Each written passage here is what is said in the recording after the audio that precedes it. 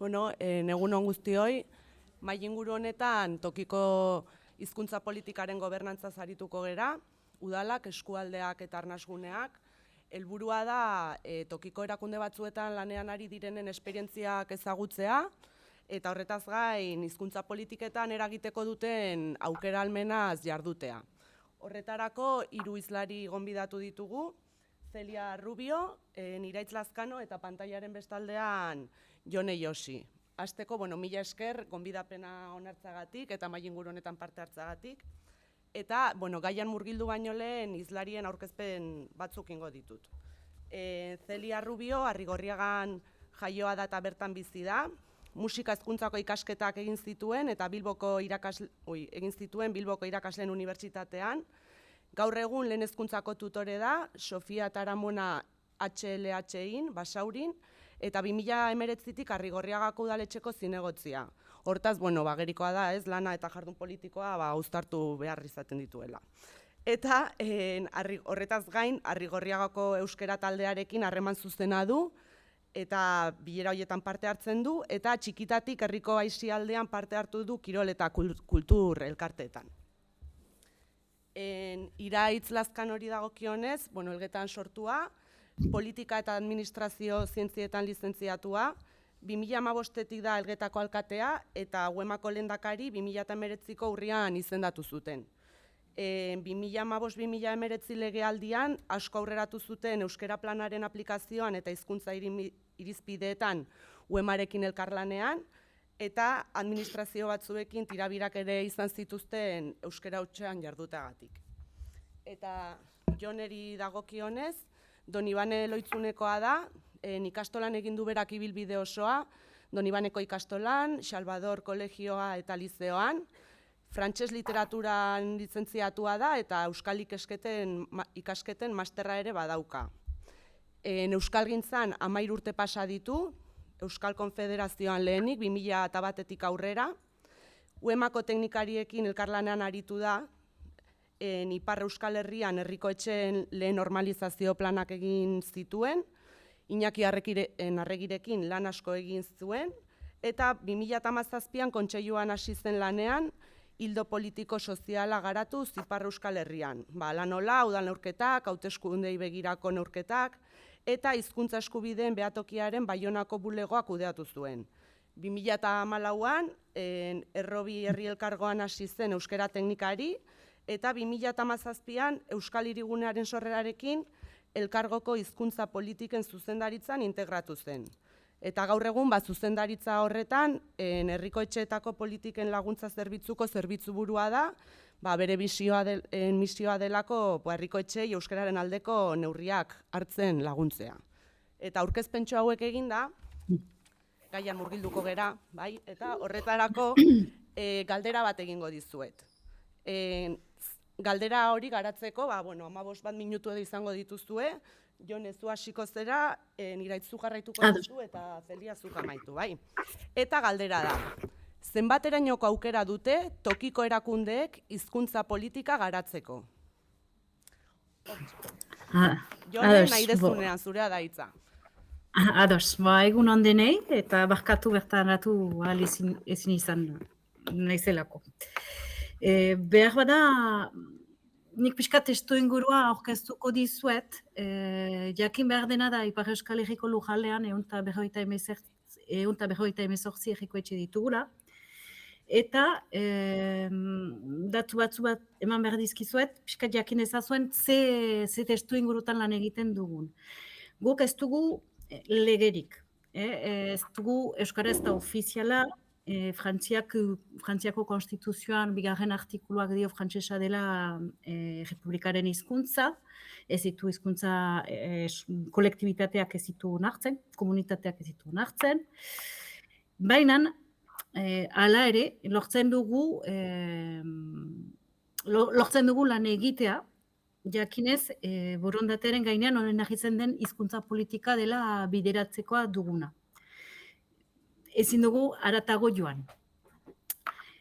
Lege mailan, hala ere, bi artikulu sortu dira, bata 2008an 75 bat artikulua konstituzioan sartu zen, eta honek dio Frantziako eskualdeko hizkuntzak direla Frantziako ondarearen parte, eta guretzako interesgarria dena da 2015ko NOTR legea, baitan eskualdeko hizkuntzak onartzen ditu nolazbait, ez ofizialtzat, baina bederen esaten du babestu behar den ondare bat dela, eta horrez gain esaten du eskumen partekatua dela, instituzio ezberdinen arteko eskumen partekatua. Ezak edo oso argia izan nahi zen, legeekin okandik ditugu tirabira asko, baina nik uste dut funtsezko horiek direla. Alaikta ere, hizkuntza politika egituratzen hasi zen, hizkuntza politika publikoa egituratzen hasi zen 2004an Euskararen erakunde publikoaren sorrerarekin. Horrek ez du egan nahi lehenagotik euskalgintzak ez duela lan handia eraman, eta aipatu duzun bezala haize herrikoetxeei dagokionez, ni luzaz egonez zuemakoekin hizkuntza normalizazio planak proposatzen herrikoetxeetan, baina biztan dena hori izan da euskalgintzatik etorritako proposamen bat, eta orduan gero segipenik gabe, baliabiderik gabe ere herrikoetxeetan emateko, ez? 2004an EEP sortzen delarik, egituraren barnean badituzue erakunde desberdinak. Estatua ordezkatua da, batez ere hezkunde nazionala, honek ditu kudeatzen ikastetxeak. Bestetik, departamendua, eskualdea eta hautetxien ordezkari gisa izan da hautetxien kontseilua, eta gaur egun elkargoak berak du kudeatzen edo ordezkatzen hautetxien kontseilua. Gaur egungo egoeran, ere, azpimarratzekoa da, bai, Euskal Hirigune Elkargoko hizkuntza politikaren zuzendaritzako lehendakaria dena eta EEPko lehendakaria dena berdinak direla. EEPren misioak izan dira batez ere irakaskuntza arloan lan egitea, eta elkargoaren sorrerarekin, pixka fitenoa behar bada, baina pixka. Elkargoaren sorrerarekin 2017an sortu zen Euskal Hirigune Elkargoa, eta orduan bi erakunden artean berriz paperak edo jolak banatu egin dira. Euskararen erakunde publikoaren gain gelditu da irakaskuntzaren aloja, hots sail elebidunen sorrera bultzatzea, akonpainatzea, negoziaketak estatuarekin, baita ere eragile pribatuen edo euskalgintzaren laguntza, jaurlaritzarekin du paria hortara hitzarmen bat, eta pixkat behatoki lana ere. Euskal Hirigunearen gain gelditu da bere eskumen propioetan eragitea, gure oinagian ditugu herrikoetxeak. Beraz, herri blokeoa deitzen dugun hori laguntzea, bai herrikoetxeak laguntza, baina baita ere ditugun eskumenetan euskaraz sartzea. Gure eskumenak dira adibidez, turismoa, ura, hondarkinak, eta bi helburu ditu, eta nik orain ja hasiko naiz neretik hitz egiten. Guk bi helburu ditugu, bata da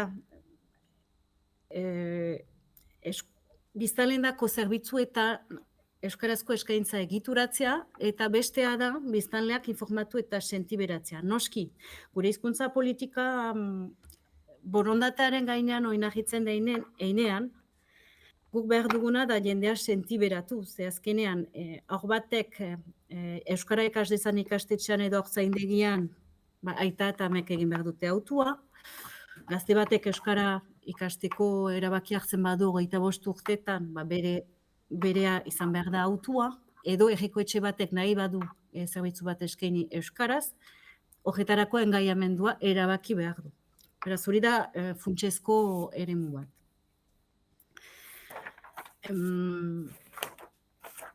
Bi erabaki hartu genituen, funtsezkoak direla sortzetik. Elkargoa sortu denean, leginduen lehen bilkuran, 2017ko otsailean, erabaki du euskara izanen dela bere eskumena. Autuzko eskumen bada, neorketzion etzen derrigorrez hartzekoa zuena, baina berak hasieratik esan du bere ADN-ean sartzen zela euskara. Euskararekin betan, guk badugu beste hizkuntza bat dena gaskoiera. Eta beste erabaki garrantzitsu bat hartzen du 2018an, egiten du batetik Euskara, Estaniare bezala, elkargoko lujalde eremuaren ez hizkuntza ofiziala, baina aitorpen ofizial bat egiten dio, jakinez hizkuntza ez dela ofiziala, hor izan da formulazio egokitzapen bat estatuko zerbitzuak onartu dezaten. Eta bestetik bere hizkuntza politika proiektua onartzen du.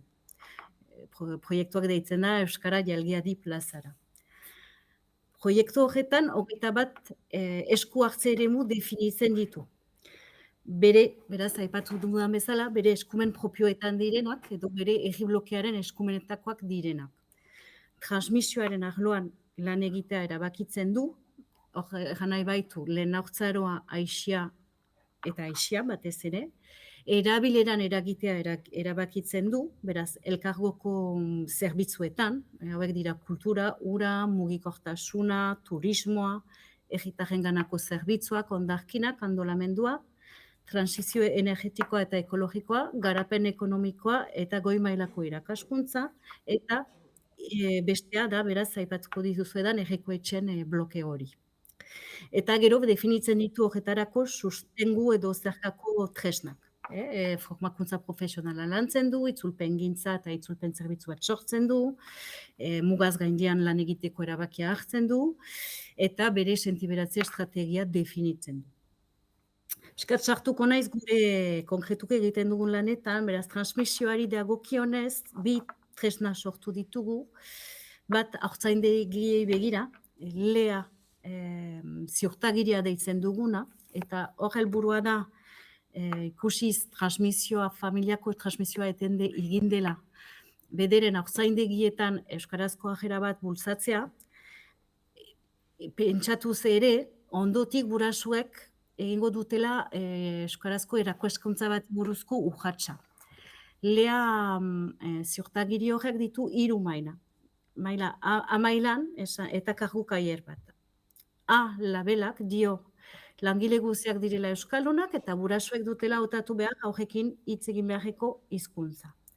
B litateke erabat euskaraz den haurtzaindegi bat, eta 3 liteke, edo D ereduzkoa, eta C litateke langileen erdia euskalduna izan behar dela, eta paraleloki haur guztiek badutela euskaraz hitz egingo dien erreferente bat, eta frantsesez hitz egingo dien erreferente bat. Beraz, horretarako laguntza tresnak sortu ditugu, batez ere ekonomikoa, formakuntzarako laguntza, gure gain hartzen dugu kostuaren 40%, ikas materiala erosteko laguntza, itzulpenen laguntza, eta animazioak bertaratzeko laguntza. Eta guzti horren inguruan, sarituko ditugu haurtzainak, Teamsen bidez, sortu dugu gertakari bat, kalakaino deitzen dena, hilabete bat euskaraz, eta hor formakuntza berezituak proposatzen zaizkie haurtzainei, burasuei begirako hitzaldiak, eta animazioak ere, edo kultura animazioak euskaraz, haurtzaindegietan proposatzen dira. Gaur egun erran daiteke, lujaldeko 3 haurtzaindegietatik batek euskarazko eskaintza bat garatzen duela olako modelo batean. 2021an, esate baterako 11 egitura genituen labelizatu. Gisa bera, berriki, beste dispositibo bat, edo beste tresna bat sortu dugu, deitzen dena euskaraz josta. Hor ere, oartzen baikira, gazteria, asko, edo gehien bat euskara erabiliko edo entzungo duela ikastetxean.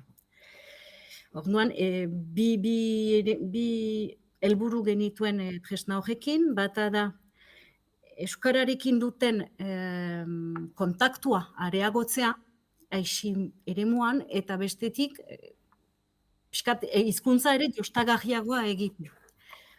Gisa bera, 4 mailatako ziurtagiria dugu, bata erdizka, aldizka, taldeka eta pilaka. Lehen biak dira elebidunezko, edo ajera elebiduna bultzatzeko xedearekin, eta beste biak euskarazko saila edo murgiltze bidezko aisealdi guneak kolektiboak bultzatzeko xedearekin. Gaur egun, Laguntza mota berdintsua da, beti ere laguntzen ditugu formakuntza planak proposatuz, laguntzen ditugu itzulpenerako, laguntzen ditugu taldeak berak antolatzeko, baina honek malgutasun bat eskaintzen du uda batetik bestera, sasoilariak hartzen baitira, epe mugatutako kontratazioak egiten dira, eta orduan ekipoa aldaketarekin erabat antolamendua eta euskararen presentzia erabat aldatu daitekeelako. Nik gaur egun lan egiten dut herriko etxeekin. Hori baina nerea. Eta herriko etxeetako 3 laguntza mota ditugu. 3 mailatakoa eta ambizio maila desberdinetakoa. Errango genuke maila apalena dela itzulpenerako diru laguntza bat, 500 eurokoa urtero galetzen aldutena, eta guk kudeatzen duguna. Hori litaiteke herriko etxeengana joaiteko sarbideetariko bat. Herriko etxe batek pixkat urrunago joan nahi badu, hobekuntza kontratuak eskaintzen dizkiegu. Hobekuntza kontratuen baitan, helburua da herriko etxea laguntzea bere zerbitzuak euskaraz egituratzen, eta molde autonomoan, hau da, guk eskutik heltzen ditugu puntu bateraino, baina ororen helburua izanen da, haien kabuz, haien hizkuntza politika eta haien zerbitzuak euskaraz eskaini ditzaten. Horretarako egiten dugu diagnostiko bat, mailakatzen ditugu, lehenesten ditugu zerbitzuak, egiten dugu herriko etxearekin, batzuetan hautetxearekin, besteetan teknikoekin, begiratzen dugu ze zerbitzutan aukerak ditugun egituratzeko euskarazko eskaintza. Egan nahi baitu, ajera batean, bilangile baldin badira, bietariko batek euskaldun izan beharko duela kontratuaren bukaeran. Horretarako egiten dugu lan bat AEK-arekin, goaz perfilatzea lanpostuak, mailakatzen ditugu langileak, eta formakuntza plan bat, urtanitzetako formakuntza plan bat proposatzen diegu. Laguntza etortzen da batez ere arlo horretan, beraz, 150%eko kostuak gure gain hartzen ditugu 150%, baina bestalde diagnostikoan ere ekintzak zerrendatzen ditugu, eta euskajiak ere lantzen ditugu. Orduan, gure hitzarmenak 3 ardatz horiek ukanen ditu, batetik hizkuntza gaitasuna, bigarrenik euskajien itzulpena, eta 3. ekintza plan baten lanketa. Gaur egun, 21 herriko etxerekin ari gira lanean, eta orduan zinez maila eta neurri guzietako herriko etxeak dira. Eta Siberutik Lapur dira, ibiltzen gira. Piskat gorago edo ambizio gehiago duen herriko etxe batentzako proposatuko dugu euskara zerbitzu baten sogerarako laguntza bat, eta 10.000 goragoko biztanle dituzten herriei derrigorrez laguntza mota hori proposatuko diegu. Egan nahi baitu, 10.000 goragoko herriko etxe batek, ezin duela, biztanle goragoko herriko etxe batek, ezingo duela hobekuntza kontraturik egin, baina euskara zerbitzeko aukera emanen diogu, gaur egun 6 herri dira 10.000 goragoko biztanlerekin, Donibane Loitzune, Baiona, Angelu, Miarritze, eta Hendaia eta Urruña, eta 6 artean 5 dute haien euskara zerbitzua, bakar bat eskaz genuke. Herri ertainentzako, aldiz, 2 laguntza mota bateratu ditzakete. Bai euskara zerbitzuaren sortzeko laguntza, bai eta hobekuntza kontratua. Horrez gain, saretu ditugu teknikariak, eta elkarlanean badugu gune bat partekatzeko, esperientziak partekatzeko, proiektuak sortzeko, formatzeko, jakin behar da gaur egun ez dela formatua lanbide horietarako, beraz, izten gira eta bakotxaren esperientzia zelikatzen gira, eta paraleloki beste gertakari bat antolatu dugu, seminario bat hautetsi langile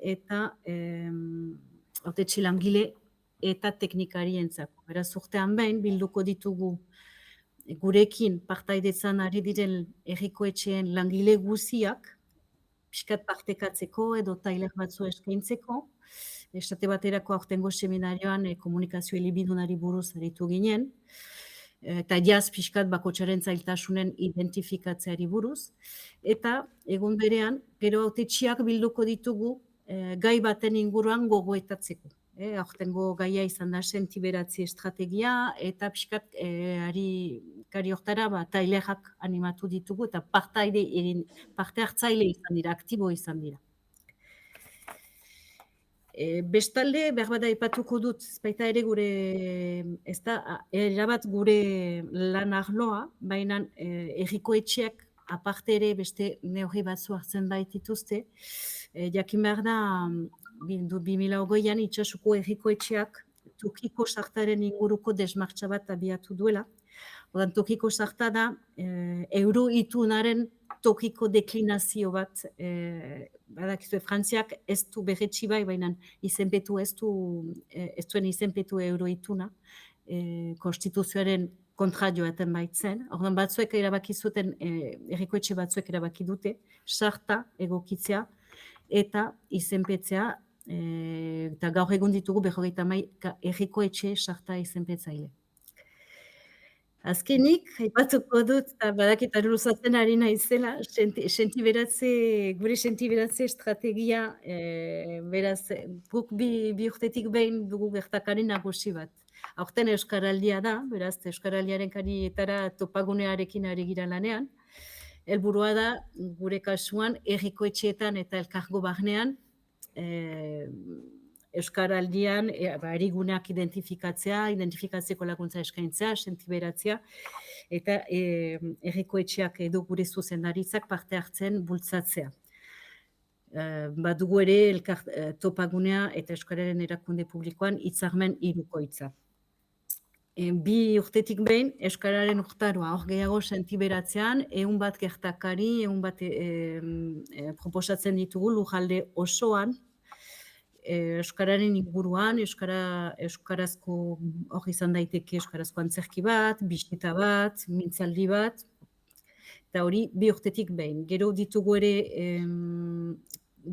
kit besta deitzen dugun euskarri bat, bestetan ere euskarak ukan dezan ikusgarritasun bat, hiztegi txikiak, eta sortzen kasuan ere sortze pak bat, gurasoak pixkat Euskararen aldeko autua egintea bultzatzeko xedearekin. Beraz, eta bukatzeko badugu ere gure eskumen eta gure zuzendaritza propiei ere buruzko txertatze eskemak egiten ditu. Ororen buru, lurralde osoan ari gira lanean, herriko etxei dagokionez 2018tik 121 herriko etxerekin lanean aritu gira, eta urtero 80 batekin harremanetan gira. Janai baitu, lujaldeko 76 herriko etxeerekin molde batez edo bestez badugula harremana. Elkargoaren baitan 20 bat langile formatzen ditugu, eta herriko etxe, eta 30 bat langile herriko etxei dagokionez. Haurtzaindegietan, 23ak euskarazko harrera proposatzen du, eta esialdigunean 7%. Euskalgintzarekin ez dugu harreman antolaturik edo espazio bereziturik, aholkularitza batzorderik ez dugu, baina gure proiektu orotan euskalgintzarekin harremanak ditugu.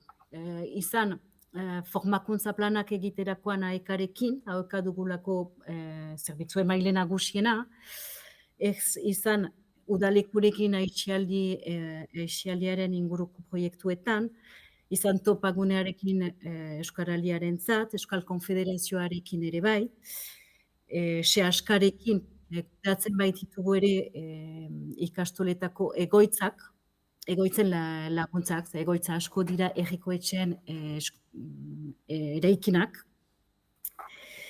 Hobetzeko puntu asko ditugu, dispositiboak ez dira aski ezagunak, gure formakuntzak eskaintzen ditugun formakuntzan oso luzeak dira.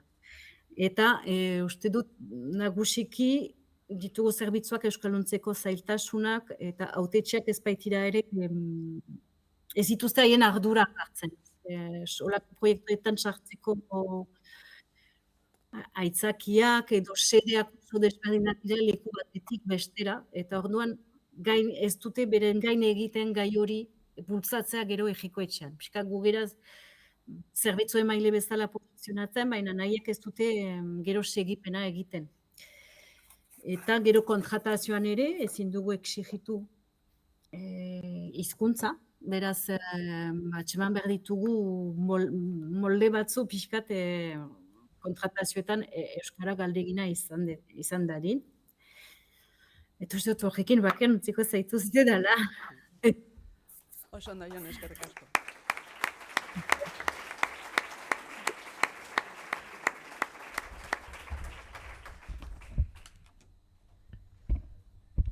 Bueno, lehenik eta behin eskerrik asko antolatzaileei hartu duzuen lanagatik, eskerrik asko UEMaren iritzi xumea hemen plazaratzeko aukera emateatik, eta eskerrik asko izlari bebai egindako ekarpenegatik benetan interesanteak izan dira, baina, bueno, papeleta zailtxamarra utzi didazue. Marko teorikoa eta judiziala pixka bat zera eginda, akotatuta edo UEMatik zertan ari garen, edo hortan zentratuko pixka nire hitzartzea, galdera izan daia tokiko erakundek ze puntureinoko aukera daukagun hizkuntza politika garatzeko. Aukera badaukagu toki erakundea gure eskumenen barruan, noski aukera badaukagula politika horiek garatzeko, beti ere esan dako, gure eskumenen barruan eta aktivismo judizial horrek esartzen dizkigun muga horiek kontuan eukita.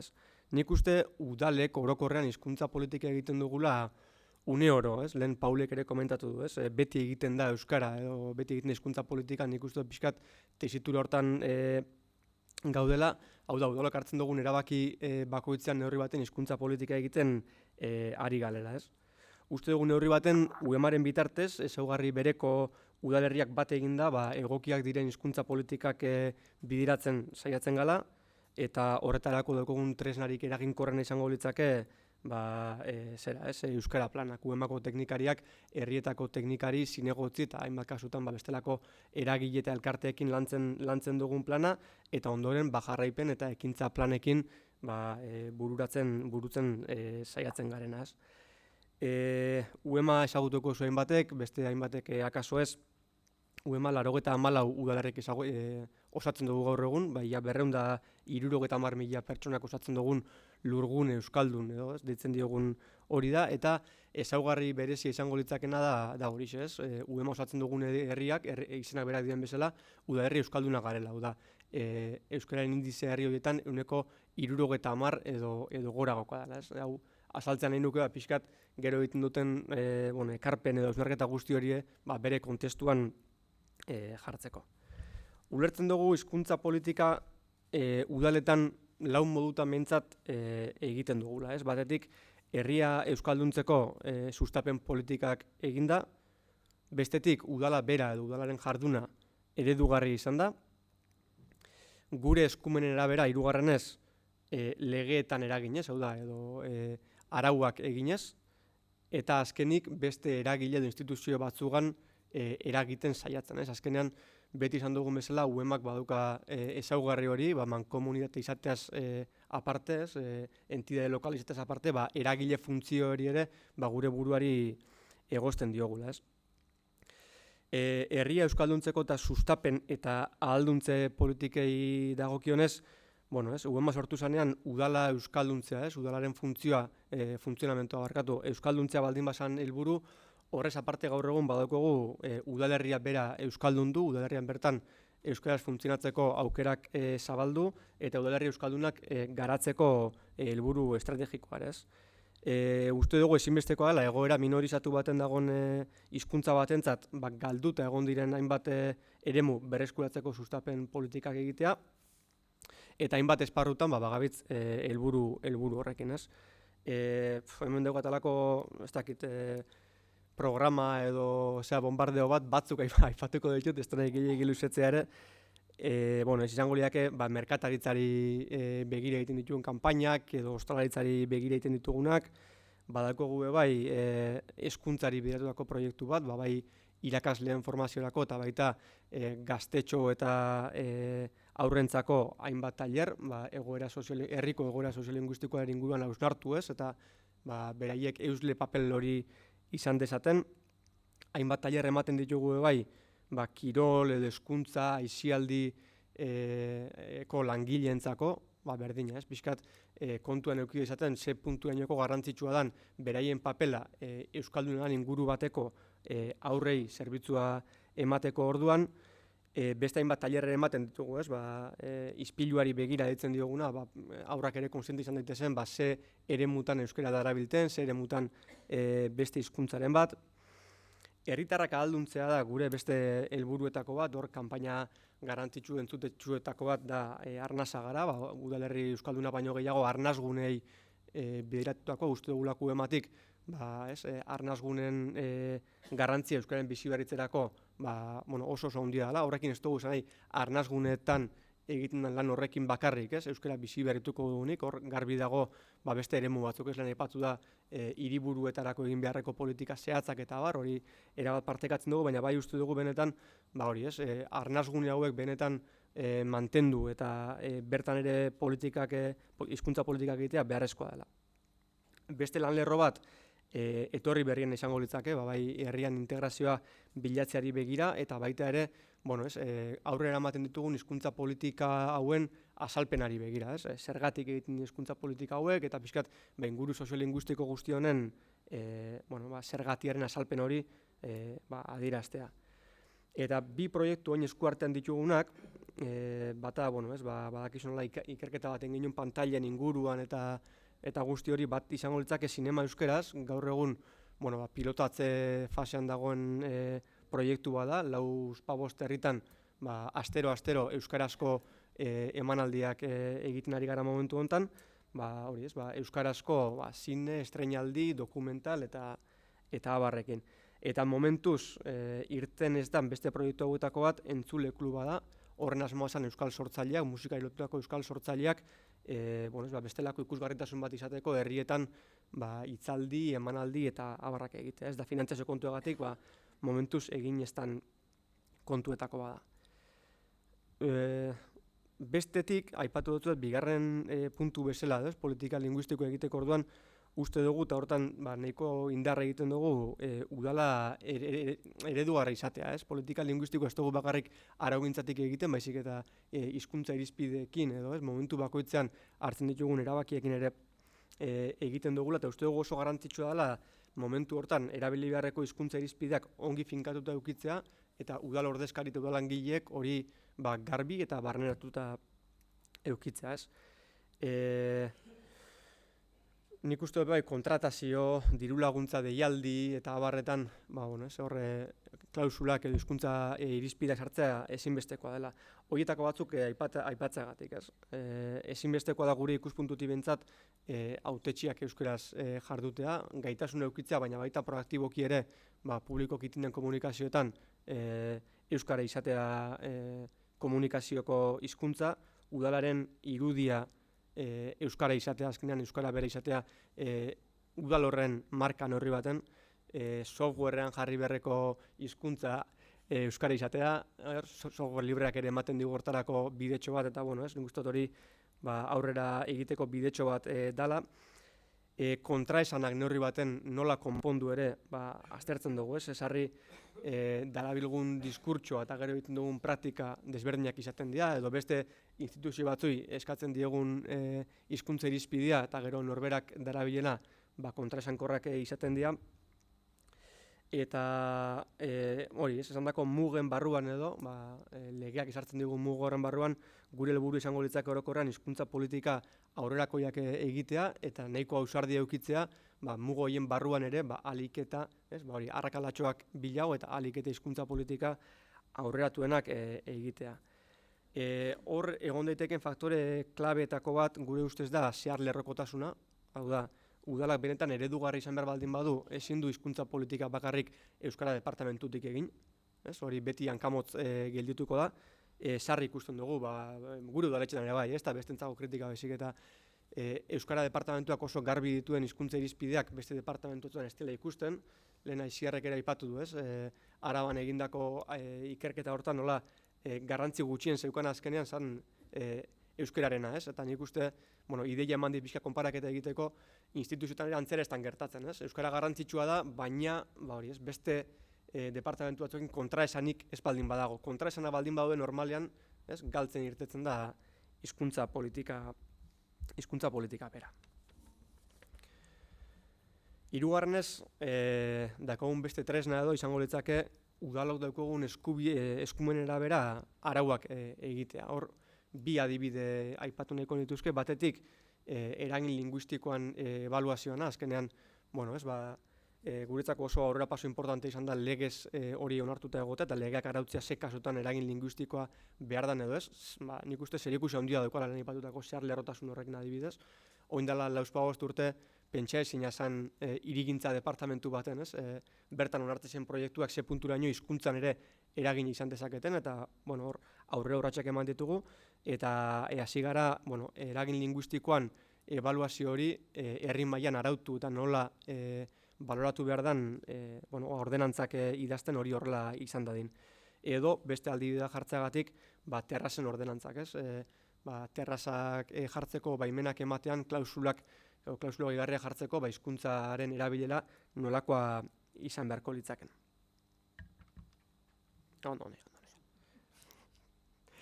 Eta azken puntua, konsiderazio orokorretan sartu horretik, izango litzake beste eragile batzuetan guk eragiteko daukagun kapazitatean edo ahalmenaren ingurukoa, bai instituzioak edo baita bestelakoak ere, ez? Ikusten dugu azken neurri baten, udalok asko gaina osatzen dugun herrietako asko, udal txikia gara, bestelako eragile edo instituzioetan eragiteko gaitasun txikia eduko genukenak banaka hauetara jo ezkero, baina 94 udalerriren zera horrek ez, masa horrek ero, ematen digula aukera askoz gehiago edo errazago eragiteko bestelako instituzioetan. Hor daukagun aukeretakoa da, UEMA bezala parte hartzen dugun eremuetan eragitea, ez dakit ez, bai Jaurlaritzarekin ditugun harremanetan edo Foru Aldundiekin ditugun harremanetan, baina baita gure praktikaren bitartez bidea urratzea ere bai, ez? Errealitatea agerian jartzea eta zeharka baldin bada ere, hor ondar bat ustea, hizkuntza politiken mugak nun dauden edo adierazteko. Adibidetako bat edo izan leke beste administrazio batzuekiko funtzionamentua euskaraz izatea eskatzea, hor urtero txosten bat ere egiten dugu, ez? Beste administrazio batzutatik gure udaletara iristen dien eskutitz edo komunikazioak ze hizkuntzatan dauden, eta hor beti ikusten dugu feedback hori, kasu batzuetan oso erraz betetzen dela, hori da lehen aipatzen dutuen zeharlerrotasuna, ez? Departamentuen artean ze desberdintasun dagoen hezkuntzako departamentu batekin edo segurtasuneko departamentu batekin jardun, justu puntu honi dagokionez, eta lehen aipatu dutena da, ez? Bestelako eragile eta instituzio batzutan, pleguetan edo baimenetan edo dirulaguntzetan, beti saiatzen gara, gure ikuspegia sartu eta ahalik eta politika aurrerakoienak egiten. Harreman estu edukitzen dugu bestelako erakunde batzuekin, Osakidetza izan daiteke horietako adibide bat, baina baita bestelako hornitzaile batzuk, ez?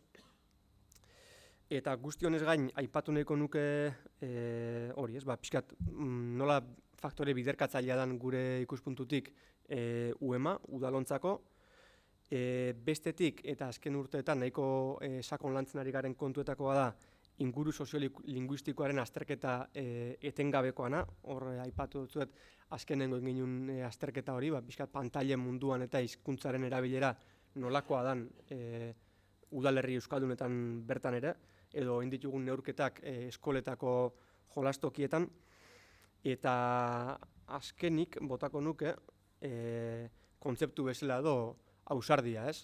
Bai gure burua eskatzeko, bai bestei eskatzeko ere, batetik lege aurrerakoiagoak egin ahal izateko ausardia, eta bestetik gaur egun ditugun lege muga hauen barruan ere udalok ausardia jokatzea eta beti ere pausu bat aurrera egiteko prest egotea. Eta naino txenik esan beharrekoak.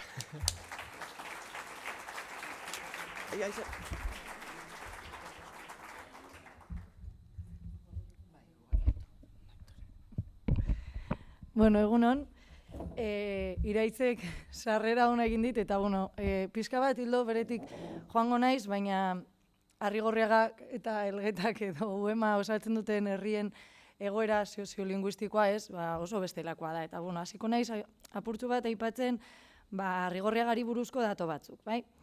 Arrigorriaga Bilbotik 10 kilometrora dagoen herria da, 12.140 biztanle inguru ditugu, eta 2 eremuetan banatuta dago. Herrigunean eta Abusu auzoan. Abusu auzoan eta herrigunearen artean 5 kilometroko distantzia daukagu, eta Abusu Bilborekin ondo dagoen auzoa da.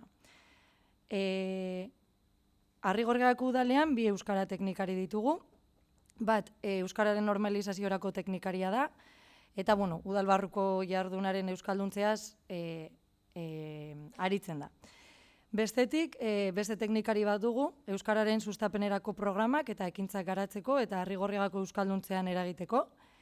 Eta ez nituzke ahaztu nahi, guretzat oso lan handia egiten duten Euskarri Euskara taldea, eta lehendik Abarrak taldea zena, eta urte luzez Arrigorriagako euskalduntzearen alde lan egiten dabilen Bolondrez taldea.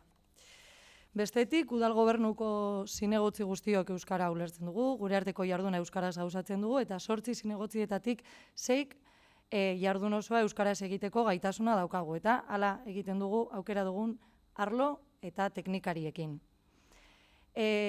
Gure udal gobernuaren jarduna definitzerako orduan, badago askotan aipatzen dugun, edo aipatu dugun lelo bat. Gure eguneroko jardunean hanka bat izango dugula udalean eta beste bat beti kalean. Eta gaurkoari lotuta esan genezake udalean utzi nahi dugun arrastoak kalean jasotzen eta lantzen dugunari forma juridikoa eta bultzada politikoa ematea dela helburu. Eta sinetsita gaudela udalak euskalgintzari beharrezkoa zaion hurbiltasuna eta babesa eskaini behar diola. Augustia kontuan izanik, gainera 2021 urtean, kontseiluarekin batera, lan egiteko aukera zabaldu zitzaigun, eta hizkuntza eskubideen protokoloaren gaineko proiektu pilotuan parte hartu dugu Uharteko eta Baionako herriekin batera. 3 herri eta 3 hizkuntza errealitate ezberdin. Proiektu honek, gure udaleko eta herriko indargune eta ahulguneak identifikatzen lagundu digu. Eta analisi eta sintesi lan konpartitu horren emaitza argi bezain harrigarria izan zen, ezta? Maila formalean, bai euskararen legeak, bai euskara planek garapen maila handia izan arren, eguneroko erabiletara jauzi egiterako orduan zailtasunak antzematen genituen. Argi dago, hemen askotan aipatu den bezala, arazo hau ez dela gure udalarena bakarrik, noski. Arazo orokortua da, eta bat egiten du udal gobernu moduan hasieratik izan dugun kezka batekin. Nola eragin sakon errotutako hizkuntza ohituretan, nola egin salto ezagutzatik erabilerara, nola irauli azken finean ezagutza datu horien eta erabileraren artean dagoen amildegi gero eta handiago horretan. Eta orain bai, zenbaterainoko aukera dute tokiko erakundek hizkuntza politikak garatzeko. Aukerak, Iraitzek esan duen moduan, baditugu, ez? Baina, bakoitzak gure mailan argi dago egiten dugula ahal dugun guztia eta beti ari garela hizkuntza politika egiten.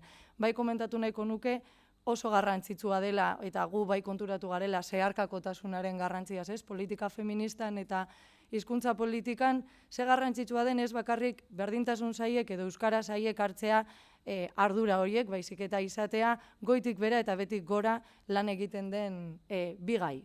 Bai, horretarako gu badaukagu hor herritarrekin lan egiten dugun batzorde bat eta gai bi horiek mahai gainean jartzen ditugu hilabetean behin gure teknikariekin batera.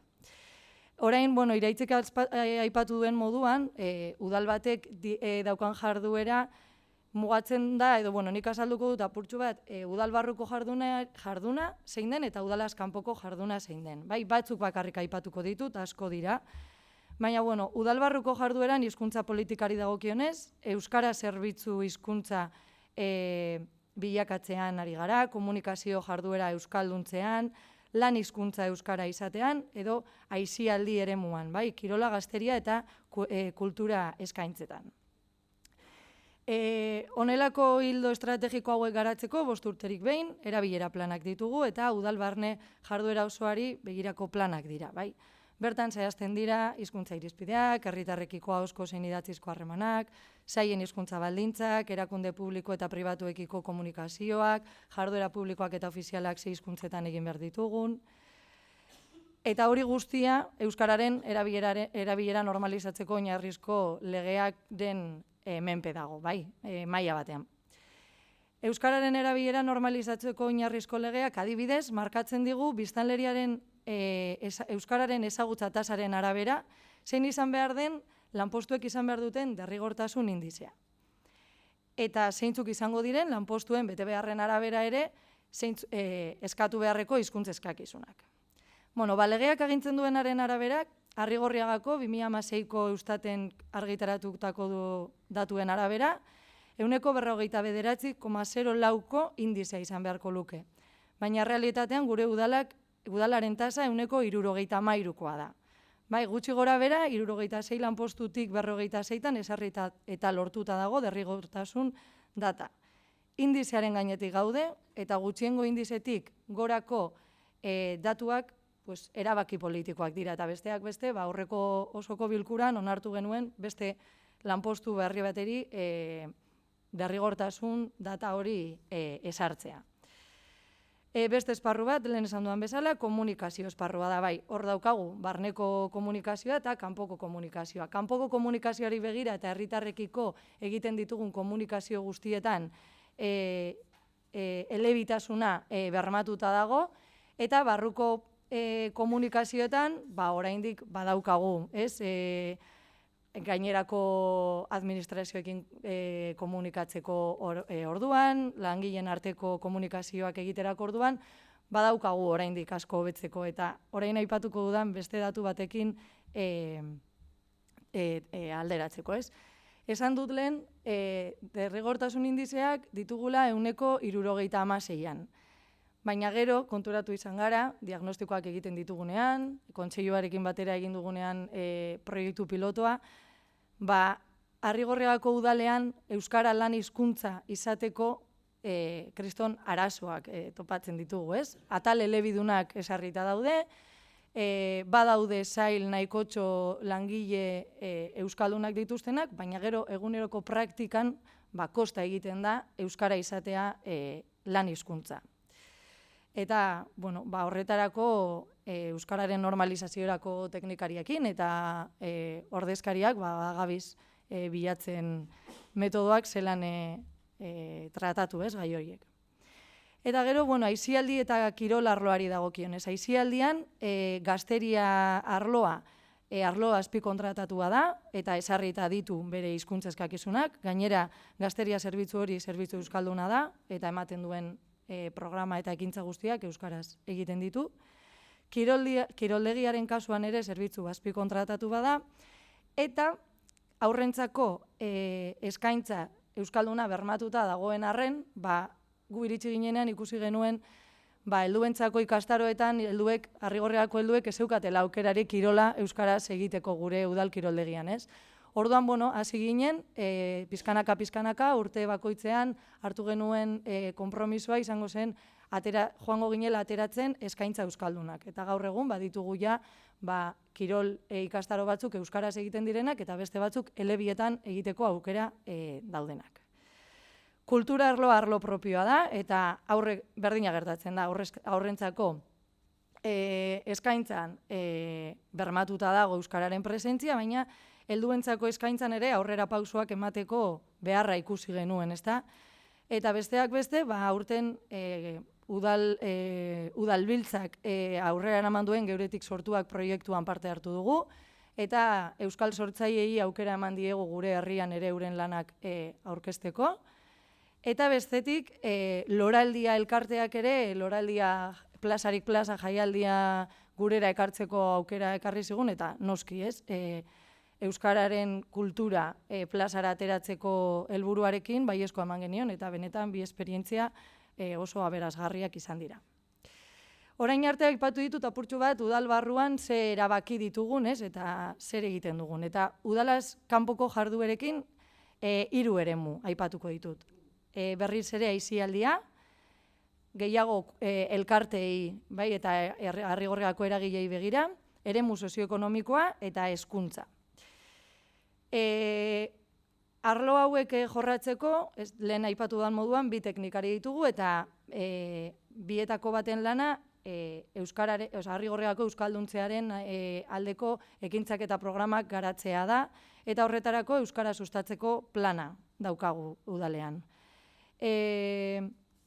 Esparru hauetan eragiteko, ondorengo ekintzetako batzuk aipatuko ditut, baina Arrigorriagako udalak urte asko darama euskalduntze prozesu honetan, eta asko dira, baina batzuk aipatuko ditut, orain eskuartean ditugunak edo garrantzitsuenak direnak, bai. Aisialdian, hainbat dira eragiteko egin ditugun apustuak, eta azkena, datorren hilabeteetan, kirol elkarteekin hasiko dugun lanketa bat da. Herrian eskaintzen den aisialdi eta kirol eskaintza euskalduntzeko asmoz.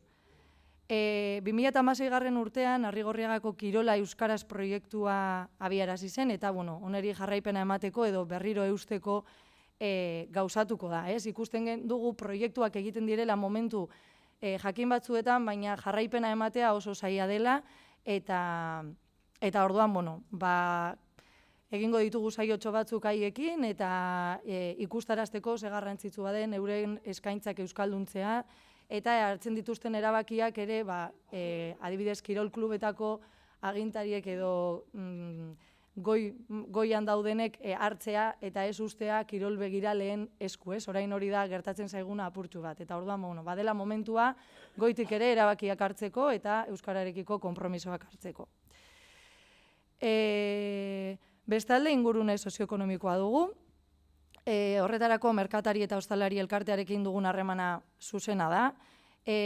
Azken urteetan euskararen gaia behin baino gehiago mahaigaineratu dugu, eta haiekin daukagun lan mahaien bitartez koordinatzen ditugu gai hauek, bai.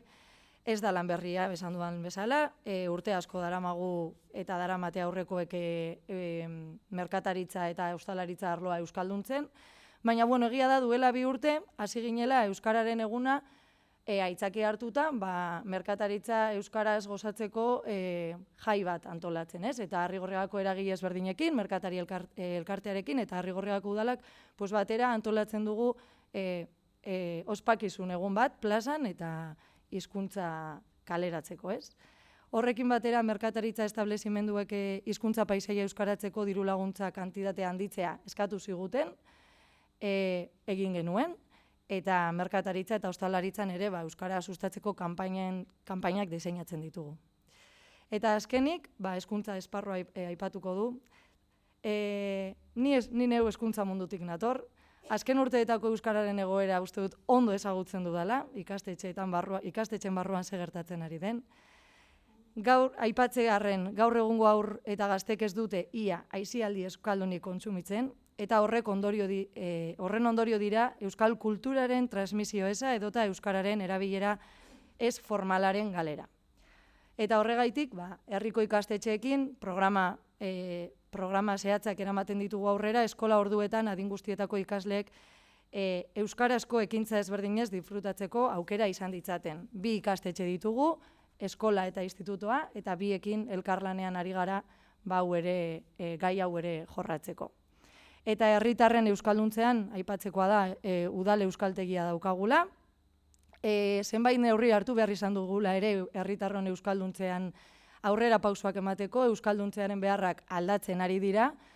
Eta, langabetuentzako tasa zero ekimena martxan jarri genuen, erretiratuentzako eskaintza bereziak atera ditugu, presio bereziak, eskaintza bereziak, aurten Arrigorriagako emakumeen elkarteak ere eskatu zuen euskara ikastaro bat, eta baiezkoa, eta noski eskaintza berezia, presio berezian ere egin genuen udal euskaltegiko langileekin batera.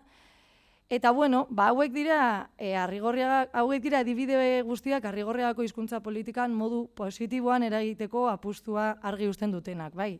Baina, esan beharra dago, gai zaila dugula aurretik, eta oraindik be asko dugula erakundeok eta herritarrok benetako euskalduntzean aurrera pausoak egiteko.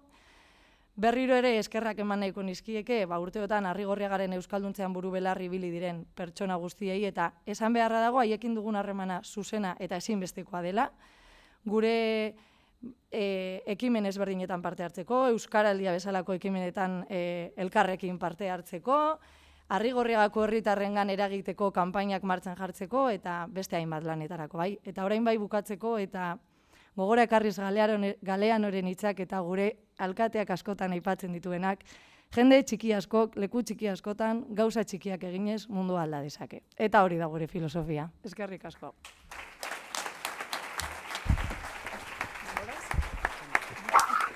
Bueno, eskerrik asko hiruoi. Nork bere realitatea kontatu diguzu, ez? Bistakoa da guztiz ezberdina direla.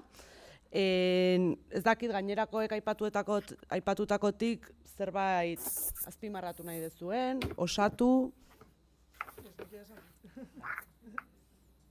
Vale, aurrera ingo dugu, oain bakoitzari, beste galdera bat ingo jot, gaian pixka bat gehiago sakontzeko. Eta Jone berriro zurekin, bai?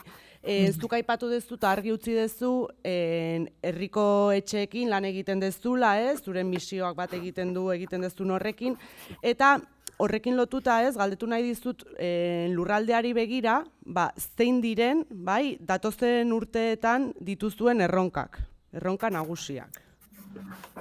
Bai, nik justu hojaitarazteko, aski jandut, baina gure legezak eragiten duela derrigortasunik ez ezartzeko arazoa. Eta baina horrek ez duela janai debekurik badenik, ez? Bai egiten duela gure hizkuntza politika biziki euskoja dela, borondatearen gainean oinahitzen delako. Orduan paraleloki guk elkargo mailan lurralde estrategia baten lantzen ari gira. Eta helburua izanik, gure tresnak edatzea lurralde osoan, eraginkorragoak ere izan daitezen, eta bestalde jango nuke beste puntu bat litekela hautetxeen babesa lortzea.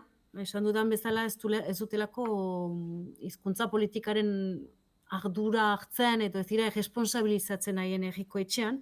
Guk kanpotik eragiten dugu, baina ezkira tokian. Horrek egan nahi du ezela baita ezpada eraginkoja alde guzietatik, salbo eta euskaraz zerbitzuak dituzten egietan. Orduan beste jaunka bat liteike zerbitzu horien edapena, zerbitzu horien sojera bultzatzea. Gaur egun ditugu 6, baditugu egin nagusietako batzu, aipatu ditut, ditugu Miagitze, Baiona, Hendaia, Donibane, Loitzune eta Urruña, baina adibidez Sara batek euskara zerbitzua sortu du, hau oso egitxipia da, baina borondatea baitute, sortu dute eta gurekin partaidetzan ari dira. Erronka nagusiena niretzat eta aipatu da erabilera. Guk proposatzen ditugun tresnei esker langileak formatzen dira, planak egiten dira, plangintzak egiten dira, ekintza planak egiten dira, jarraipen batzorde batzu sortzen dira, beraz elkarlana bada, baina azkenean langile batek egingo du 5, 7, 9 urteko formakuntza bat zerotik abiatzen bada, eta horiek dira guk ditugun formakuntza klasikoetan, 3 ordu asteroko formakuntza horietan proposatzen dena, baina ondotik paraleloan ez badu, ez hautetxeen babes hori, ez egitarrak ez badira etortzen baliatzera, ez da erabilera pasatzen. Hizkuntza ohituren aldaketa oso zaila egiten zaielako. Beraz, nire ustez, hortan da egin behar dugun lanketan nagusiena, saiatzen gira gu barnetik, adibidez dugu tresna bat, urtero ikusten ditugu, formakuntzan diren langileak, helburuak finkatzen ditugu, dira buruko itzordu horiek, dira zinez langilea bere individualki hartzen dugu, eta saiatzen gira motibatzen, baina ez da nahikoa. Ez da nahikoa, eta hori ikusten dugu, Euskaraldiaren helburua hori baita ere, beraz hori ere bagnetik bat dugu. Nik errango nuke ere, badugula beste jonka bat, litekena arlo sozioekonomikoarena, baina hau ez da gure eskumena. Aipatu dut hasiera batean, bi egitura nagusi girela lujaldean, Euskararen erakunde publikoa eta elkargoa, banatu direlarik funtzioak, arlo sozioekonomikoarena gelditu da Euskararen erakundearen esku. Beraz, jonka hori bai, ze eskaria handia da egietatik, ongi da erriko etxe euskalduntza, baina saltegiak, komertzioak, beraz, hortan bada beste lan bat egiteko, eta nik sinesten dut hori egietatik pasatzen dela. Egiek beren plangintzetatik lan bat egin dezaketela. Ez dakit erantzun dudan, galderari? Oso ondo, Jon, Banitzizke gauza asko kontatzeko, behar bada ere azpimarratu. Gero entzulek ere izango dute tartetxo horrengoan galderakiteko, espero dugu, beraz, aukera izango duzu. Behar bada, gehitzeko guk dugun beste eragite eremu bat, eta hor bai egien bizian sartzen dira erriko etxe kanpoko batzordeak. Erriko etxe batzuek dituzte euskalgintzarekin espazio batzu trupatzeko, konzertazioa lan egiteko, eta laguntzen ditugun nahinean guk ere parte hartzen dugu, eta holku emaile gisa posizionatzen gira ere bai. Oso ondo, eskerrik asko. Iraitz, zurekin jarraituko dut, bai. Behin baino gehiagotan azpimarratu duzu ez, UEMA bezalako mankomunitate batean aritzeak ez, eragite horretan indarra edo biderkatu egiten duela ez, eta horri lotuta nola uztartzen dezue, zuek egiten dezuen hizkuntza politika instituzio nagusiagoek egiten dutenarekin.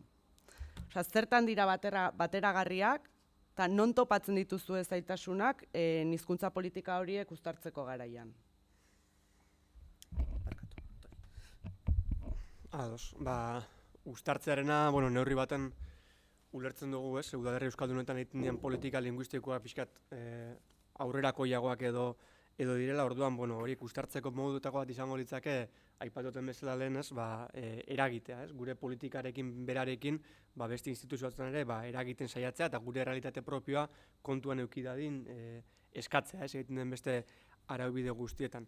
Orokorra izango nuke beste instituzio nagusienekin, euskararen sustapeneko politiketan eta euskararen errealitateen diagnostiko egiten dugunean ere, orokorrean, ez dakit, ez, hausnarketa horiek konpartituak izaten diela, ez dugu leukitzen hor arazo hondirik edo. Adibide bat jartzearen, azkenengo legebiltzarrean egon ginean, pantailak eta mundu digitalan inguruko erabileran txostena aurkezten, iaia alderdi guztiak guk egindako diagnostikoakin bat edo gutxi gara bat behintzat etorri zian, esan dut orduan, diagnostiko egiteko orduan, orokorran sintonia hori edo esango genuke badagola, ez? Arazo etortzen da pixka bat jaisten gainean errealitatera eta edo araua idaztera edo praktika errealak aurrera eramateko orduan, ez? Eta berriz ere, Asier Etxenik egin den konparaketa hori asko gustatu gata, ez, hori, diagnostikoan edo, ez, konpromisorik ez dagoen mailan, danok ados gaude, baina konpromiso bat, derrigortasun bat dagoen momentuan ja, atzera egiten hasten gara, ez, eta antzeko zerbait somatzen dugu, instituzioetan ere bai. Eta bestetik dagoen beste oztopo bat, lehen aipatuten errepikatu besteik ez dut egingo, baina zehar lerrokotasun eza, ez, departamentu batzukin gauza batzuk oso garbi eukiarren edo iritzi oso antzekoa edo, ez, alkar oso ondo hartu arden, beste departamentu batzukin erabat kontrakoa da, ez, orduan, zailtasunak ortopatzen ditugu orokorrean. Eta, Celia, orain zurekin. Zuk hor aipatu duzu, udal gobernua definitu zenutenean, ez, lelo bat, bazenutela. Zuen jardunean beti eukiko zenutela hanka bat udalean eta beste bat beti kalean. Hizkuntza politikazari geran hontan galdera da. Udalaren euskalduntzea eta herriari begira egiten dezuen hizkuntza politika bateragarriak dira. Hau da, nola lotzen duzue udal barruko lana kanpora begirakoarekin? Bai, aipatu dudan moduan lehen, gure datuak bai udal barrukoak eta bai herriarekiko datuak oso berdinak dira, ez? Ez digute ezer berririk kontatzen. Arrigorriagako, uste dut, azken neurketak egin zela 2016an edo, euskararen ezagutza 20 urtetik gorakoen herritarrengan zen, uste dut, 80%koa edo, baina erabilera oso txikia da, ez? Eta lehen esan dut, udal langileen derrigortasun indizeak eta hizkuntza irizpideen datuak oso altuak dira, baina gero kosta egiten zaigu, ez? Egunerokotasunean hori guztia praktikan jartzea. herriarekin esertzen garen moduan, udalangileekin ere eseri beharra daukagu, hala egiten dugu, asko lan egiten dugu haiekin batera, batzordeak eratu ditugu, politikariak eta teknikariak eskuberetik joan behar dugu, eta hori da lehen aipatu dana, ez? Askotan atera dugu mahai gainera, euskara ez dela bakarrik euskara sailaren ardura, zeharkakotasun hori ezinbestekoa dela udaleko edozein arlotan eta kalean berdin.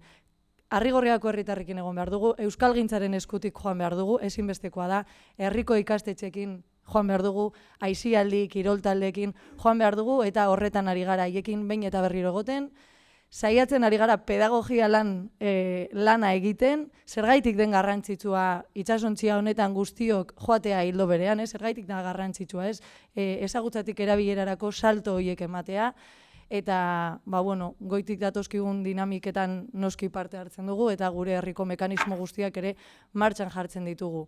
Bai barruan, bai kanpoan, teknikariekin, herritarrekin, egoten. Eta entzuten, eta ikasten, eta gero, lehen ere iraitzek aipatu den moduan, egia da ausardiaz politika egiten, eta benetako erabakiak hartzen, araudiak egiten direnean, erabakiak hartzen direnean, edo ekintzak antolatzen ditugunean herriarekiko. Eskerrik asko, nire galdera bukatu dira, zorionakoak zate, hemen zaudeteno, badegulako nahikoa tarte,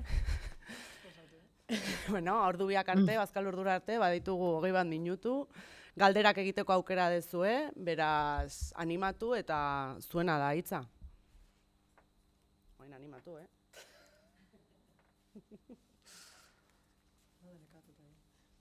Ja gozetuta gongo zeate.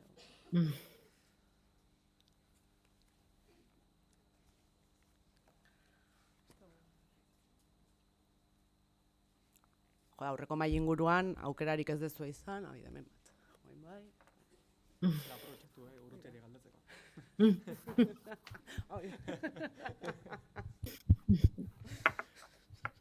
Galdera bat, zehatza planteatzagatik eta nik eguneroko bizitzatik aspalditik edo kadan kezka da, ez da. Hemen esaten da, eta behin berriro gaur goizean zehar atera da, bai Katalunia bai hemen, epaileek jartzen dituzten trabak, oztopoak, horretaz, zuek ere bizipen konkretua dituzue, eta hola izango da, dudarik gabe, baina ni beti harri-harria egiten zait niri, inguru euskaldun batean, herri txiki batean bizi, eta zenbat urte pasa diran, eta ez du lortzen gauza bat niretzat garrantzitsua dena, paisaia euskaratzea. Eta iruditzen zait, nunbait aukera hori praktikan badago, maila lokalean izan behar dela, ez dakitu ema, edo Arrigorriako udala, edo Eako udala gure herrikoa, ez da, zertan gabiltzan, printzipioz udal laguna ditugula, euskaltzalea ditugula, euskararen aldeko militantea ditugula esango du, ez dut esango Bilbo, ni Bilbo bizi naiz, hor beste kontua dago, baina ez du lortzen.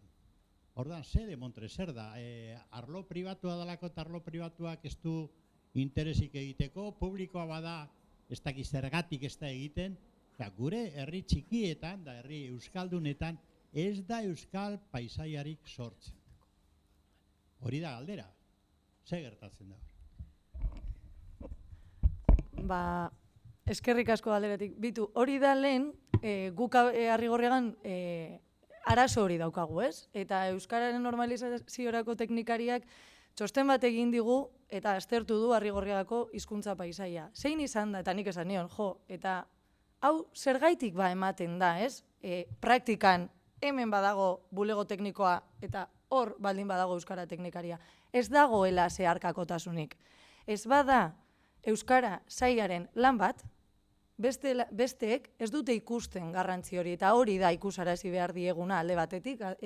Guk oso agerikoa den justo gai bat dela, duela gutxi egon ginen horretan, eta txosten hori orain pasatu diogulako beste langileei horretan eragiteko, ez? Dirudi gauza kale izendegia, bebai, guk kale izendegia iazko irailean euskara hutsean egon behar zela onartuta zegoen, Euskaltzaindiak emandako irizpide guztien arabera, baina gero hori kajoi batean sartuta zegoen.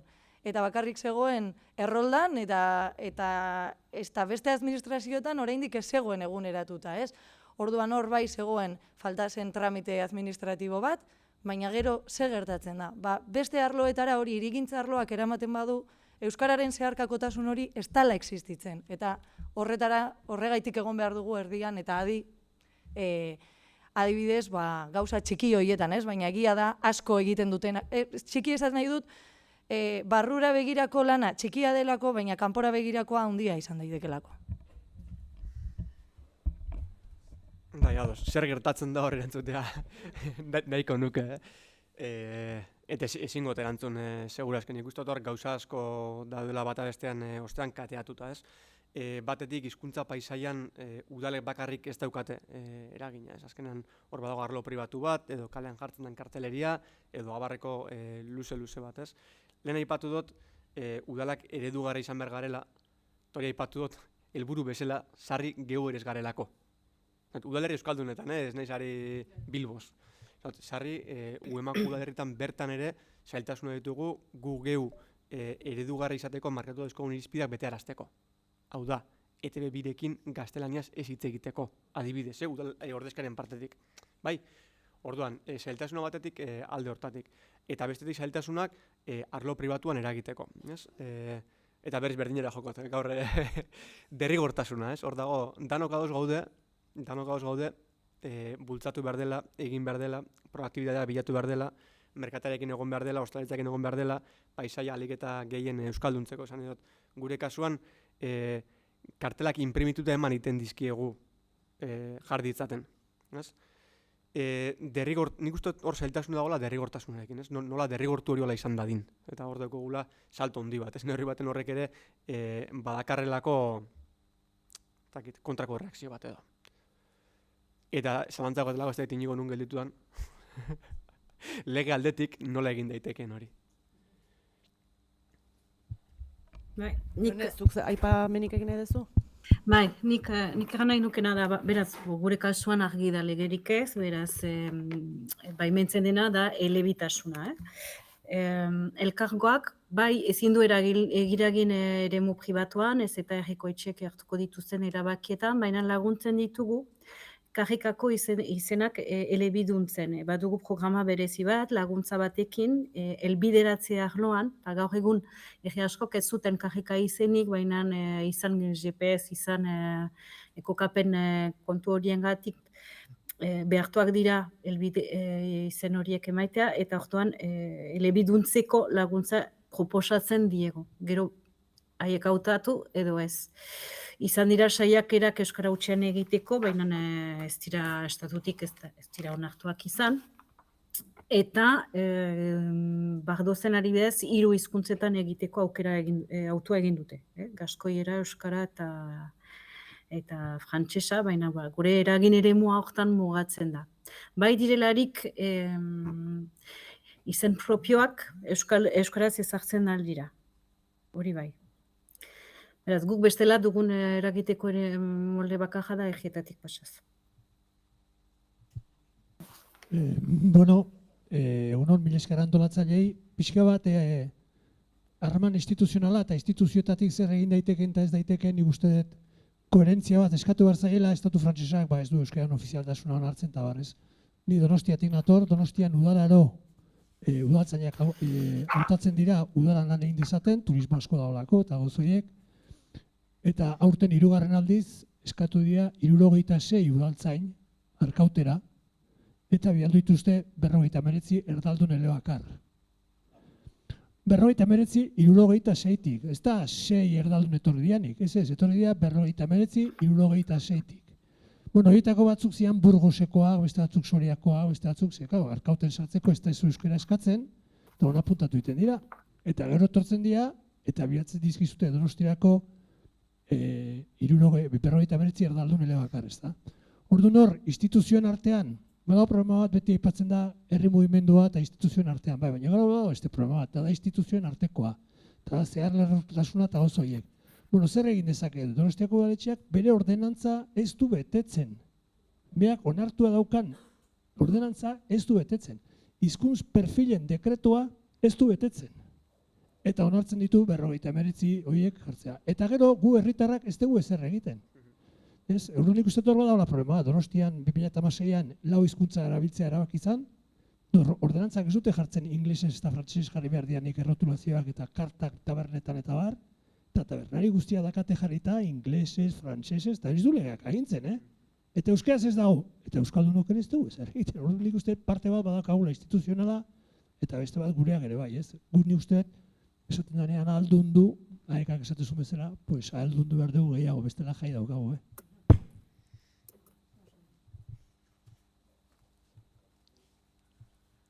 Besterik? Jone, ondo entzuten duzu? Bai. Bai. Bai. Ez duten zuen oaxa, eta da. Ea ondo entzuten duzun entzule aipatzen dutena. Ez, Ez. aldi hontan ez. Baina eskela hori laburtzeko, baina hor... Bestela etorri honea. Bai, galdera bat dugu. Bueno, nire galdera doa arlo sozioekonomikoari buruz. Hurbildu, bale. Alegia, nire galdera doa arlo sozioekonomikoari buruz. Aipatu duzue batzuk eta bestek egiten ari zaretena arlo horretan merkataritzakin eta bar. Bueno, merkataritza bai, noski importantea da. Hor daude baita ere beste tailerrak eta produzioko enpresak. Eta batez ere herri euskaldunetan eta nik ez dakit, zein da planteamentua arlo horretan.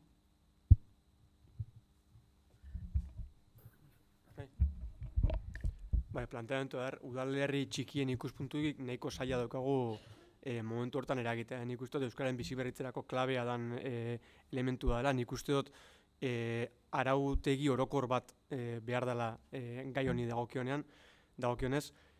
Gure kaso aipatukot, gu 1100 biztanleko herri bat izan da, 70-80 fabrika dauzkagu.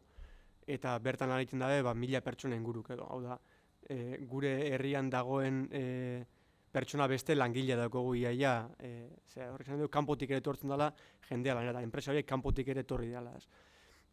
Guk udal bezala hor eragiteko daukagun kapazitatea, estrategiko baldin bada ere, nahiko mugatua da, diru laguntzak edo euskara planak egiteko diru laguntzak edo errestasunak edo bide hortatik espaldin bada, lehen Carmeloi batutako berdina, ja derrigortasun aldetik guk geuko horrela egiteko nahiko zailtasun daukagu. Horregatik izaten nama lehen bebai, hortan ardura hartu ezaketen beste instituzio batzutan eragiteko aukera badaukagula, eta nik ustot bide hori dela segurazki urratu beharko duguna bestelako ingurune sozioekonomiko hortara iritsi ahal izateko.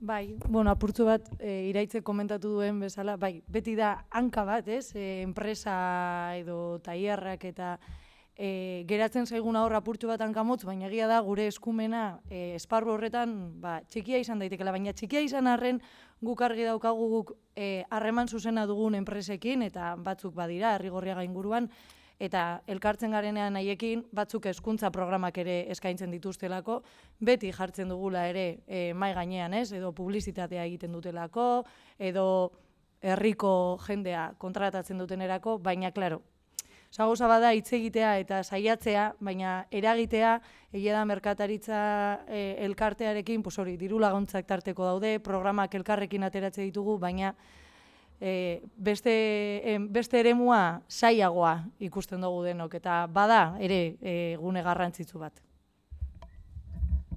Jone, aipamenik egin nahi duzu? Nik galera ez dute erabaten. Bai, arlo sozioekonomikoari dagokionez, aipatu dezu merkataritzan, eta hola, hainbat kontu egiten ari zatela, baina enpresaren munduai dagokionez? Aipatu dudan bezala, hau ez da elkargoaren eskumena. Berak bai eragiten aldu arlo sozioekonomikoan bere eskumenei begira, adibidez turismoan. Baina gaineratekoan ezin dugu sartu ez. Muga hor da. Oso eskerrik asko. Bai. Bueno, egin dugunai Arnalduek plantatzen genuen beste zegoela hizkuntza politikaren erronka Ez Bai. da piztuta. Hizkuntz politikaren erronka zeintzu dituen erronkak 21. mendean, ez da, batez ere datuzten eraldaketen aurrean. Eta nik uste badaudela pare bat, nahiko kezkagarria diranak, eta ez dakit, ekidin nahi dugun eztabaida edo, eta batez ere daukazi ikusi ere udalerri euskaldunekin eta arnasgunekin, bat da eraldaketa demografikoak, zer aldaketa demografikoa datuzten Euskal Herrian, demografia goruntz dijoa, natalidadea beruntz dijoa, barne mugimendua ditugu ere bai, hirietara gertuatzen daia jendeak, horrek ere sekulako erronka dakar udalerri euskaldunekiko eta arnasgunekiko, eta bigarrena da hain zuten ere aldaketa teknologiko guztiak, eta horrek ekarriko dituen aldaketa guztiak, itzulpengintza automatizatua, gauzen interneta, eta beraz zenbat tresneekin, eta komunikatuko geran hemendik denbora gutxira, eta guztiek nola komunikatuko geran horiekin, kotxe automatikoak, beste ez da izar, horlako gauza guztiak. Eta hor, arnasgunek nola ze gora peratuko duten etorkizunean, ez? Eta ia horretan lantzen ari zareten, hori lantzen ari zareten, eta bestetik, ia hori zue bakarri landuko ez duen, edo hori nazio ikuspegiko arazoak diren, eta beraz, instituzio guztiek eta erakunde guztiek erantzun beharreko kontuak, ez da? Bai, ez dakit, galdera edo esnarketa bezala plantatu dan, bai, kezka hori badaukagu, kezka horrekin bagabiltz, eta bereziki bigarren galdera entzunez ez, nik uste dut hori gu bakarrik ezin dutagula horre egin. Zanion, neurri baten gainera, UEMA hainbat udalerri euskaldunen mankomunidad dalako, baina ez Euskal Herriko udalerri euskaldun guztiena, ez? Hainbat, nola salgotzopa, garbi daukaguna da, eta hortan sakondu daunak gehien bat izan da garapenan ikuspegitik, hau da, demografia arazo horri aurre egiteko modu bakarretakoa da garapen estrategiko egitea udalerri euskaldunetan ere, hau da, jendea bertan gelditu alizatea, ez? Hausnarketetako azalako jendea juten da hiriburuetara bestelako zerbitzu batzugatik edo lanagatik edo alakogatik, eta garapen hori hiriari begira gabekoa bakarrik herri txikiei edo herri euskaldunei begirako ere izan behar dela. Nik uste hor azkenean babes berezi bat behar duela lege ikuspuntutik be euskaldunak edo arnasguneak diren udalerri horiek, eta bereziki garatu behar diren eremuak direla bertan jendea bizi ahal izan dadin.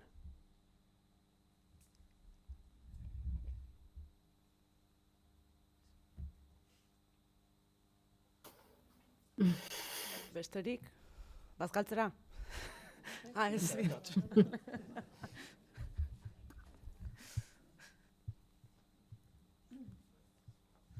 Bueno, nik ere hausnarketa moduan edo botako dut. Zu txiki askok egiten dute zu handi bat eta hori horrela da, eta udalek badute eskumena, baina nik uste dut ez duzuela flagelatu behar. Dena, ezintasun batzuk ere baditu uste udalek, ez? Eta UEMak adibidez, ez? Baditu ezintasun batzuk, eta lehen aipatu da, hiriak euskalduntzen ez diren bitartean, eta hirietan ez badugu sortzen euskararen prestigio handitze bat, UEMako herritarrek hirira begira daudenean edo hirira doazenean, ez dute ikusten horren beharrik, ez? Orduan hor dago zailtasun bat. Gero, nik uste dut, eta ez dakit arratsaldeko saioan hausnarketa egingo den, dauzkagun tresnak, euskalduntzerako dauzkagun tresnak, 80ko hamarkadako parametrotan dauzkagu. Eta ni euskaltegien mundutik nator, eta euskaltegi hitza entzuten duzunean, burura atorkizun hori guztia, ez da garai batean zegoena, ez? Edo garai batean suposatzen zuena, ez? Eta adibidez, kirolaren munduan, hor ere egin aldituzue kanpainak, egin aldituzue plangintza oso zerak, baina kirol begiraleak ez badakite euren entrenamendua euskaraz garatzen, ez badute ohituta, ez badago horretarako bideratutako ikas prozesurik eta horretara programatzen ez badugu euskaltegiok adibidez, izan daiteken gauza bat, edo esparru horretan bezala beste askotan, nekez lortuko da Arrigoko edo beste leku bateko plangintza horrek arrakasta izatea.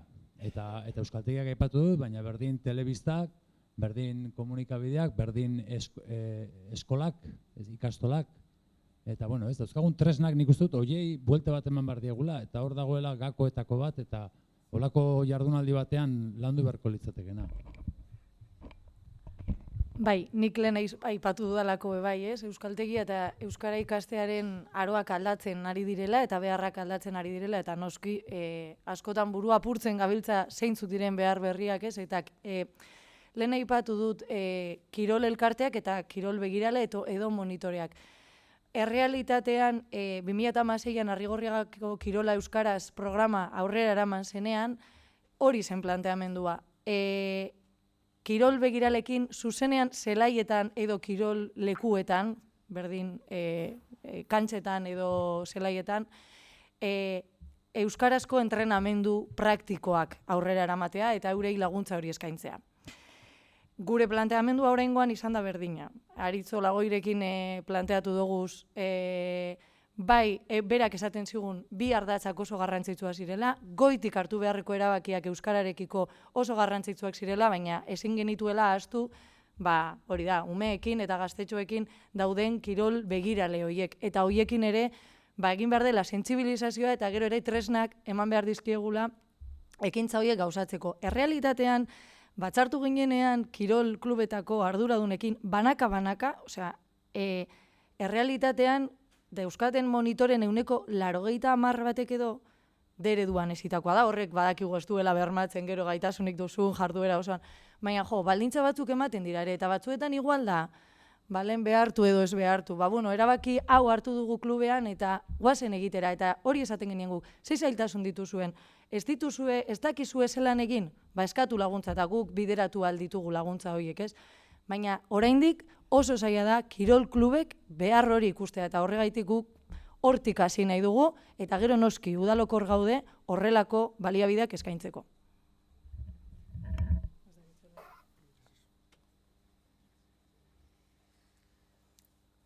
Bueno, eskerrik asko berriro hiruoi, bai, mahai inguru honetan parte hartzeagatik, eta gainerakoi, hain ordubeteko tartea dugu bazkaltzeko, leheno Malenek aipatu du sarreran nun bazkaldu ez badakizue, daukazuela horri buruzko informazioa, eta honekin.